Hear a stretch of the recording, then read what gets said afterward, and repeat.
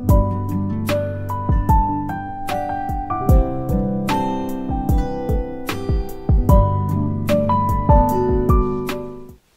à toutes et à tous, j'espère que vous allez bien. Ça fait un petit moment qu'on ne s'est pas retrouvés sur YouTube, voilà, beaucoup par manque de temps. J'avoue qu'en ce moment c'est un peu compliqué de gérer et YouTube et Instagram, le boulot, etc. Donc je privilégie beaucoup Instagram et je m'en excuse pour ma communauté YouTube. Mais voilà, n'hésitez quand même pas à me rejoindre sur Instagram parce que je poste quasiment tous les jours. Que ce soit en réel mais aussi en post, il y a des recettes quasiment tous les jours, donc voilà, si vous voulez continuer à avoir des recettes, rejoignez-moi là-bas également. Donc je vous remettrai le lien vers mon Instagram. Mais voilà, je voulais vous reprendre aujourd'hui pour vous parler d'un beau projet. Un beau projet, alors c'est une chaîne où on parle cuisine. On va parler cuisine, mais on va pas parler cuisine recette, on va parler cuisine pièce. Donc en fait, cette première vidéo, c'est la première d'une série, donc je pense que je le ferai en 4 vidéos. Alors là, moi je filme cette première vidéo, on est mi-mars. Si tout va bien, mi-avril, je devrais pouvoir faire la dernière vidéo. On croise les doigts pour que tout se déroule sans aucun encombre. Mais donc, vous l'aurez compris, le but de cette série de vidéos, c'est changement de la cuisine. Donc dans cette première vidéo, je vais vous montrer l'existant, de où on part. Et puis, donc il y aura une deuxième partie où ce sera plus notre réflexion, vous montrer les plans, comment on les a imaginés, d'où on est, enfin donc, notre réflexion du début à la fin. La troisième partie, ce sera vraiment les travaux. Donc ce sera certainement une vidéo très en time-lapse où on va démonter la cuisine existante et monter la nouvelle, puisqu'on le fait nous-mêmes. Et la dernière partie, ce sera un peu un kitchen tour. Voilà, mais donc pour cette première partie, je voulais un peu vous montrer l'existant, la cuisine telle qu'on l'a actuellement, sachant que ce n'est pas une cuisine qu'on a fait nous-mêmes, c'est la cuisine qui était déjà dans notre maison quand on l'a achetée il y a 8 ans. Et donc, voilà, vous montrer un petit peu de où on part à ce jour. Donc, je tourne la caméra et je vous montre ça.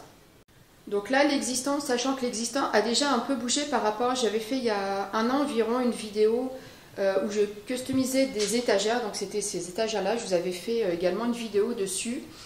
Et si vous avez vu cette vidéo, la table n'était pas dans ce sens-là, elle était en fait dans l'autre sens, donc dans la longueur, je vais dire. Je me recule un petit peu pour que vous puissiez voir entièrement.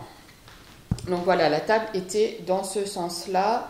Et ces meubles-là étaient en fait en dessous du bar. Donc là, vous voyez, on voit le fond.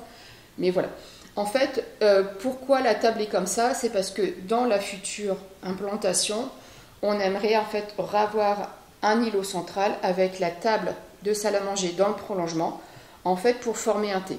Donc en fait, on a bougé la table ce week-end avec mon mari pour voir un peu visuellement ce que ça donnait. Au niveau de l'espace, au niveau look, tout simplement. Donc voilà, on a déjà fait cette petite modification, c'est-à-dire tourner la table de sens. Les deux chaises là ne resteront pas là, moi je vais faire un banc, qu'on fera également nous-mêmes en reprenant des pieds identiques à ceux de la table et du bois, et on fera un banc nous-mêmes. Et donc les deux meubles, donc les meubles qui étaient donc encore une fois en dessous du bar, ils sont venus ici. Donc voilà, et il y avait également 3 tiroirs, les tiroirs, donc pareil, on est venu la mettre. Donc voilà, pour le moment, c'est juste les petites modifications qu'on a faites, mais c'était voilà, plus pour se rendre compte de comment la table allait rentrer dans l'autre sens. Donc là, si on va au niveau cuisine, donc voilà telle qu'elle est aujourd'hui. Sachant que quand on a acheté notre maison, alors je vous mettrai quelques photos si je les retrouve. En fait, il n'y avait que l'îlot central, donc que cette partie-là, donc qui est en noir. Et comme j'avais pas assez de rangement et pas assez de plan de travail, on était venu rajouter cette partie-là. La seule différence, c'est qu'entre le temps où les anciens propriétaires ont acheté la cuisine et nous, quand on a racheté les éléments, vous voyez, c'était plus les mêmes hauteurs de caisson. Donc on a une différence de quasiment 10 cm entre les deux. Voilà, et donc on avait dû un peu bidouiller, on va dire, pour pouvoir adapter. Donc malgré tout, ça restait bien pratique puisque je récupérais 3 tiroirs, une colonne pour les épices et surtout un bout de plan de travail pour mettre mes électroménagers. Alors pareil dans la vidéo que je vous avais fait l'année dernière, si vous vous souvenez, ici il y avait une structure façon verrière qu'on avait faite nous-mêmes, qui, donc vous voyez encore, il y a encore les trous puisqu'on l'a démonté il y a une quinzaine de jours. Et donc la cuisine était entre guillemets plus ou moins fermée par cette structure façon verrière. Alors je dis façon verrière parce qu'on n'avait pas mis de vitres. C'était vraiment juste des tasseaux de bois noir. Mais encore une fois, je vous mettrai des visuels. Et ça, pareil, on l'a enlevé pour se rendre compte de ce que ça donnait sans. Donc voilà, la cuisine actuelle telle qu'elle est. Donc j'ai un linéaire ici et un bout de linéaire ici qui ne va pas jusqu'au bout puisque le réfrigérateur est en pose libre. Il n'avait pas été encastré, enfin il n'y avait pas de meubles encastrés par les anciens propriétaires. Et idem pour le lave-vaisselle qui est en pose libre. Donc je vous fais un rapide tour de comment c'est organisé aujourd'hui. Donc placard sous évier, malgré tout assez classique, poubelle, produits ménagers, rien d'exceptionnel. Ensuite donc le lave-vaisselle. Ensuite ici une porte de placard avec mes ustensiles de compagnon et dans le fond là-bas j'ai mon grille-pain, enfin non pas mon grille-pain, mon appareil à croque et les plaques associées. Ici j'ai tout ce qui est coutellerie, alors vous voyez que c'est quand même pas très bien organisé, mais ça on en parlera plus tard. Ici les couverts du quotidien. Ici j'ai un tiroir où j'ai tout ce qui est huile, vinaigre, ail, oignon, etc. Là les œufs, j'ai ma levure, j'ai les médicaments du quotidien. Au-dessus donc mon KitchenAid bouilloire, machine à café. Ensuite au-dessus j'ai 2 meubles hauts, donc on retrouve les mugs, les tasses à café, des éco-cups qu'on a quand on va dans des festivals, des trucs comme ça. Hop, et de l'autre côté, c'est des bols, c'est des pots, des bocaux vides que je garde pour le moment. Voilà, donc globalement comment c'est organisé. Ensuite sur le linéaire en face, ici j'ai tout ce qui est ustensiles de cuisine, donc pareil j'ai pas de bac, ça bouge en permanence et franchement casse-pied. Mais voilà, tout ça on y a pensé dans la future cuisine. Dans le tiroir en dessous, c'est tout ce qui est saladier, passoire, les plus grands saladiers. J'ai ma balance de cuisine. Ici, j'ai une boîte avec tout ce qui est emporte-pièces, donc pâtisserie et cuisine. Ici, les plats gratins, grille-pain, les pichets, mes gants pour le four. En dessous du four, justement, j'ai tout ce qui est aluminium, papier cuisson, sac congèle. Ensuite sur ce meuble, c'est un peu le meuble, enfin le tiroir un peu fourre-tout. J'ai mes grilles quand je sors mes plats du four. Il y a des crayons, il y a des post-it, il y a des vieux couverts que j'utilise quand...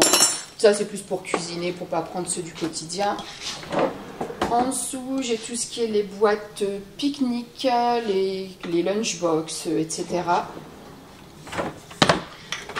Dans le dernier, j'ai tous mes boîtes de conservation en verre, donc avec les couvercles. J'en ai encore quelques-unes en plastique, mais très très peu, c'est essentiellement du verre.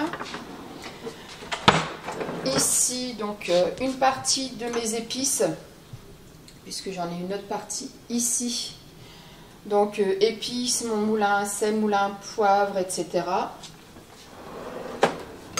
Et dans les derniers, donc là c'est encore des ustensiles de cuisine, mais plus pâtisserie. Donc j'ai mon crochet, fouet, etc. pour le KitchenAid, rouleau à pâtisserie, tout ce qui est Maryse. Là c'est des emporte-pièces. Donc voilà, tout ce qui est plutôt pâtisserie. Ici, mes anciens moules silicone, comme vous le savez, je suis conseillère Guy de Marle désormais, donc j'utilise quasiment que mes Guy de Marle, mais voilà, j'ai des vieux moules qui restent là, donc pour le moment, donc je pense que ça partira en braderie, ma mandoline et encore quelques accessoires. et en bas, donc casserolier. Donc voilà, ici j'ai aussi donc 3 petites étagères, donc les petits pois épices et quelques bocaux aussi avec épices. Donc là j'ai des herbes de Provence, du za'atar, du sel. Là j'ai encore quelques bocaux et là aussi avec tout ce qui est café, granola, amandes, chocolat, etc. Ensuite, donc là, on est dans la cuisine et là en fait j'ai une arrière-cuisine qui fait buanderie, etc. Alors excusez, c'est très très sombre, mais là j'ai pas le choix, j'ai pas d'autre lumière. Donc là où j'ai, donc dans ces caisses là, j'ai mes moules Guy de Marle, donc ils sont à l'abri de la poussière, ils sont bien rangés. Ici j'ai voilà, des bâtons de chocolat, quelques biscuits, etc. Là c'est tout ce qui est pot, pâte à tartiner, purée d'amandes, etc. Et ça c'est des bocaux vides. Là j'ai mon Be-Save, le stock de café, marmite, yaourtière, etc. Et de ce côté-ci, hop, je m'éloigne un petit peu. Voilà, c'est tout ce qui est épicerie. Donc sur plusieurs étages, en fait, j'ai que des boîtes. Donc pour mettre, voilà, typiquement flocons d'avoine, pépites de chocolat. Ici, j'ai tout ce qui est farine. Donc c'est à peu près classé par utilisation. Donc là, c'est tout ce qui est farine, sucre de canne, sucre blanc, sucre en morceaux. Donc là, on va dire que c'est plutôt la partie pâtisserie. Et puis après, bah, c'est le riz, les pâtes. Alors différentes sortes de riz. Par exemple, j'ai du riz complet, j'ai du riz à risotto, j'ai du riz basmati. Voilà, c'est assez complet.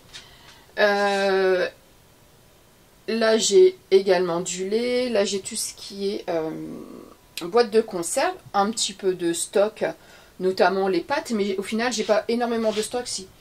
Le plus gros stock, c'est ça. C'est mes sacs de farine que j'achète par 5 kg directement chez le meunier. Et donc voilà, donc aujourd'hui, l'existant de où on part. Cuisine et arrière-cuisine. Donc voilà, donc là je vais clôturer cette première partie. Alors comme je vous l'ai dit, on est mi-mars, je ne sais pas encore quand est-ce que je posterai enfin le cadencement de cette vidéo. Alors je pense que je le ferai une vidéo par semaine. Mais en partant en fait de... Alors je sais à peu près quand est-ce qu'on aura la nouvelle cuisine, même si elle n'est pas encore commandée. Nous on a posé des vacances avec mon mari, donc c'est une semaine où les enfants seront à l'école, donc on aura au moins la journée entre 8h30 et 16h30 pour bosser tranquillement, ne pas se soucier du repas du midi, etc. Donc ça, ce sera déjà un soulagement. Donc on sait quelle semaine on va la poser, on sait le délai pour la commande et la livraison, pardon. Donc on sait qu'on peut la commander jusqu'à 15 jours avant la date de livraison qu'on souhaite. Donc voilà, tout ça c'est anticipé, donc je pense que je posterai la première vidéo aux alentours de mi-avril, la deuxième vidéo que moi je vais faire à la suite, mais que vous aurez une semaine plus tard, donc pour vous expliquer donc les plans et le cheminement de notre réflexion. Et puis après, donc comme je vous l'ai dit, il y aura les travaux et le kitchen tour à la fin. Donc je clôture cette première partie-là. Je vous remercie d'avoir regardé cette vidéo. Si ce projet vous intéresse, n'hésitez pas à vous abonner, à me rejoindre comme je vous disais également sur Instagram parce que je vais beaucoup poster et beaucoup en parler également sur Instagram, vous montrer l'avancement. Et puis nous on se retrouve très vite donc pour la partie plan de la future cuisine. À très bientôt, je vous remercie. Au revoir.